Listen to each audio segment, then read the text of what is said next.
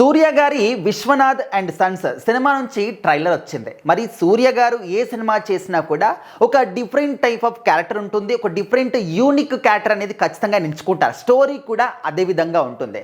మరి ఈ సినిమాలో ఏ విధంగా ఉండబోతుంది? ఈ యొక్క టైటిల్ చూస్తే మాత్రం విశ్వనాథ్ అండ్ సన్స్ అని చెప్పేసి చాలా క్లాసిక్గా కనిపిస్తుంది. మరి ఈ సినిమాలో స్టోరీ ఏ విధంగా ఉండబోతుంది అంటే, ఈ సినిమాలో సూర్య గారి క్యారెక్టర్ ఏంటి అంటే, ఒక మాజీ ఒలింపిక్ షూటర్గా ఆయన పాత్ర ఉందన్నమాట. ఆయన చుట్టూ ఉన్నటువంటి ఆ భావోద్వేగాలు కావచ్చు, తన ఫ్యామిలీ కావచ్చు, ప్రేమ, సో అంటే ఇదంతా కూడా స్టోరీ పరంగా ఉంటుంది అని చెప్పేసి అన్నీ కూడా చాలా కీలకమైనటువంటి పాయింట్స్గా కనిపిస్తాయి. ప్రతి ఒక్క మూమెంట్ కూడా ఇంట్రెస్టింగ్గా, క్యూరియాసిటీగా కనిపిస్తుంది అని చెప్పేసి ముఖ్యంగా తెలుగు ప్రేక్షకులకి సూర్య గారు అంటే ఎంత ఇష్టం అనేది మనందరికి కూడా తెలుసు. ఆయన ఒక కోలీవుడ్ స్టార్ హీరో అయినప్పటికీ కూడా మన తెలుగు వాళ్ళకి అక్కడి వాళ్ళకన్నా కూడా మన వాళ్ళు చాలా బాగా ఇష్టపడతారు. ఎందుకంటే ఆయన యొక్క బాడీ లాంగ్వేజ్ కావచ్చు, ఆయన ఎంచుకున్నటువంటి ఆ కథలు కావచ్చు, ఆ స్టోరీస్ కావచ్చు, ముఖ్యంగా ఆయన నటించే విధానానికి చాలామంది కూడా ఫిదా అయిపోతూ ఉంటారు. ముఖ్యంగా లేడీ ఫ్యాన్ ఫాలోయింగ్ అనేది సూర్య గారికి చాలా ఎక్కువగా ఉంటుంది.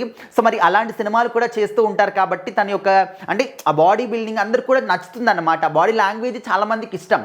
అండ్ దానికి తోడు ఆయన వాయిస్ అన్నమాట, ఆ డైలాగ్ డెలివరీ చేస్తున్నప్పుడు ఎంత పవర్ఫుల్గా చెప్తారనేది మనము సింగం ఆ సిరీస్లో చూసామన్నమాట. సో ఇప్పుడు మరి విశ్వనాథ్ అండ్ సన్స్ సినిమాలో ఏ విధంగా స్టోరీ ఉండబోతుందంటే, మరి మనందరికీ కూడా తెలుసు వెంకీ అట్లూరి గారి కాంబినేషన్లో ఈ సినిమా. మరి వెంకీ గారి సినిమాలు కూడా మనం ఇప్పటివరకు చాలా కూడా చూసాము. ఎంత ఇంట్రెస్టింగ్గా ఉంటాయి స్టోరీస్ అన్నీ కూడా. అంటే ముందుగా సూర్య గారు ఈ యొక్క సినిమా ఒప్పుకోరేమో అని చెప్పేసి వెంకీ అట్లూరి గారు అనుకున్నారంట.